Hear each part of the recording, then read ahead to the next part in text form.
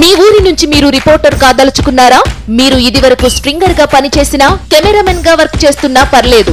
Freelancer గా పనిచేసే chance. రాజకీయాల నుంచి సినిమాల దాకా, లైఫ్ స్టైల్ నుంచి పర్యాటకం వరకు ఎక్కడి నుంచైనా ఏ వార్త అయినా సరే కవర్ చేయవచ్చు. వార్త కొట్టు, క్యాష్ పట్టు. ఆసక్తి గలవారు 9032555277 కి కాల్ లేదా వాట్సాప్ చేయండి. తెలంగాణలో రాజకీయ రచ్చ కోసం విద్యార్థుల్ని బలి తీసుకుంటున్నటువంటి ఈ దొంగ రెండు రాజకీయ పార్టీల గురించి ఎంత బాధాకరంగా ఈ రోజు మేము ముందుకు వచ్చాను అంటే, నిన్న జరిగినటువంటి విషయం మనకందరికీ తెలుసు. బండి సంజయ్ అరెస్ట్ గురించి కానివ్వండి, పేపర్ లీకేజ్ గురించి కానీ ఎవ్రీథింగ్ మనకు అన్ని తెలుసు.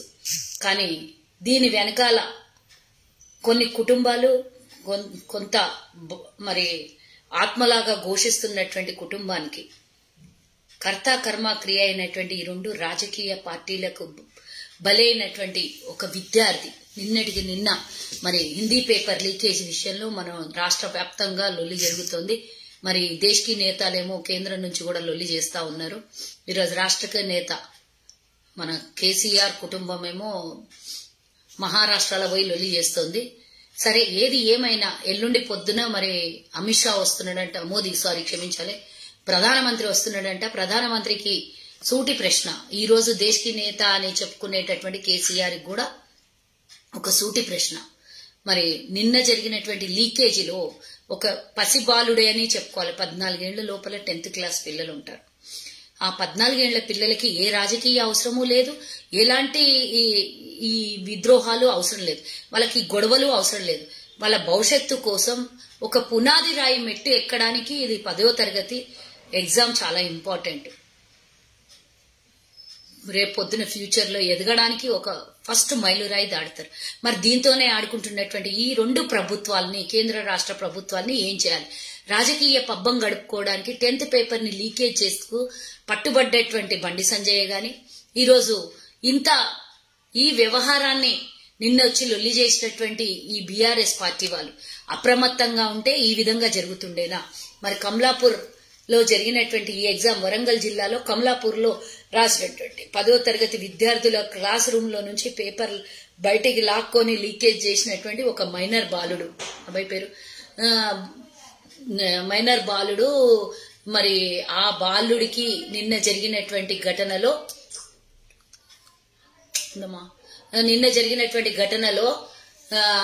10వ తరగతి ఎగ్జామ్ రాస్తుంటే కిటికీలో నుంచి ఇంకో మైనర్, నిన్న ఏ కేసులో అయితే ఇరికే ఉన్నాడో ఆ పిల్లోడు వచ్చి పేపర్ లాక్కొని మరి బెదిరించి సంపుతా నరుకుతా అని పేపర్ లాక్కొని ఫోటో తీసుకొని బండి సంజయ్కి పంపించిన వ్యవహారం.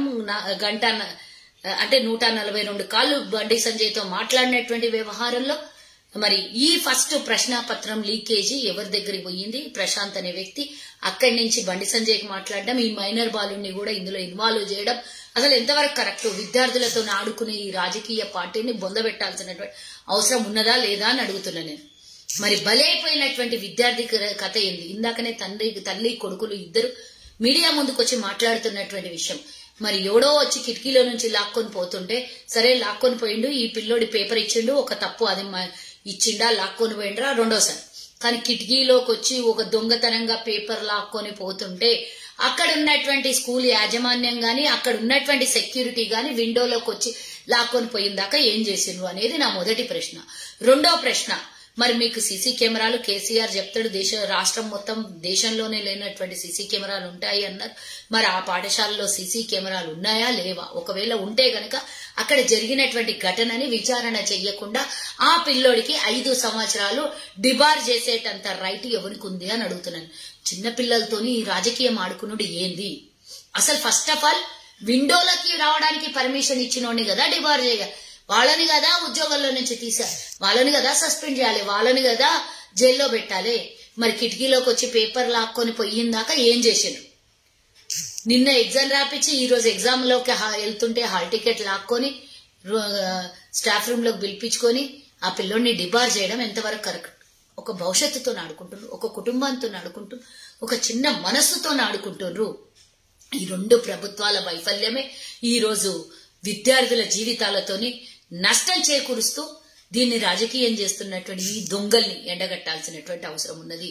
ఈ రోజు నేను డిమాండ్ చేస్తున్నా, ఆ పిల్లోడు భవిష్యత్తును పాడు చేస్తే తెలంగాణ ప్రభుత్వానికి కేంద్రంలో ఉన్నటువంటి ఈ బండి సంజయ్య, గుండు సంజయ్య నాకు అనవసరము. మరి నువ్వు ఒక పార్లమెంట్ సభ్యుడిగా, రాష్ట్రానికి అధ్యక్షుడిగా ఏం పీకింది లేదు తెలంగాణకు గాని, తెలంగాణ నిధుల కోసం గాని, తెలంగాణ కోసం కొట్లాడింది పార్లమెంట్ లో ఎన్నడూ లేదు. పార్లమెంట్ సభ్యుడు అని చెప్పుకోవడం తప్పించి. కాబట్టి నేను ఈ రోజు కమలాపూర్ లో ఈటల రాజేందర్ నియోజకవర్గం, మరి నీ ఇన్వాల్వ్మెంట్ ఎంత ఉన్నది? ఈ రోజు బీజేపీ నాయకుడు లోపలికి పోయిండు అనేది లొల్లొకటే చేస్తున్నారు కానీ దీని వెనకాల జీవితాలు ఎన్ని పాడైపోతున్నాయి అనేది మీకు విద్యార్థుల భవిష్యత్తు మీకు అవసరం లేదా? ఈ రోజు టీఆర్ఎస్ ప్రభుత్వాన్ని నేను అడుగుతున్నా, బీఆర్ఎస్ ప్రభుత్వం ఈ వైఫల్యాలు జరగక ముందే ఎందుకు కాపాడుకోలేదు? అంటే జరిగిందాకా సోద్యం చూసుకుంటూ జరిగినాక రాజకీయ లబ్ధి పొందడానికేనా? మీరు ఎంత వల వేస్తే ఈ రోజు ఈ బండి సంజయ్ దొరికి ఉంటాడు. మరి వల వేసే ముందు కన్నా రాజకీయ లబ్ధి చూసుకునే దానికన్నా విద్యార్థుల భవిష్యత్తు కోసం ఎందుకు ముందు జాగ్రత్త తీసుకోలేదు ఈ రాష్ట్ర ప్రభుత్వం అని నేను డిమాండ్ చేస్తున్నా. కాబట్టి ఇట్లాంటి ఈ దుర్ఘటనలు జరగడం అనేది చాలా అనివార్యంగా భావిస్తూ అది కూడా ఇంతవరకు ఎంసెట్ విద్యార్థులతో ఆడుకుంటారు, ఇంటర్ విద్యార్థులతో ఎస్ఐ లీకేజ్లతో ఆడుకుంటారు, గ్రూప్ 1, గ్రూప్ 2, గ్రూప్ 3, గ్రూప్ 4 తో ఆడుకుంటారు, టీచర్ ఉద్యోగాల కోసం ఆడుకుంటారు.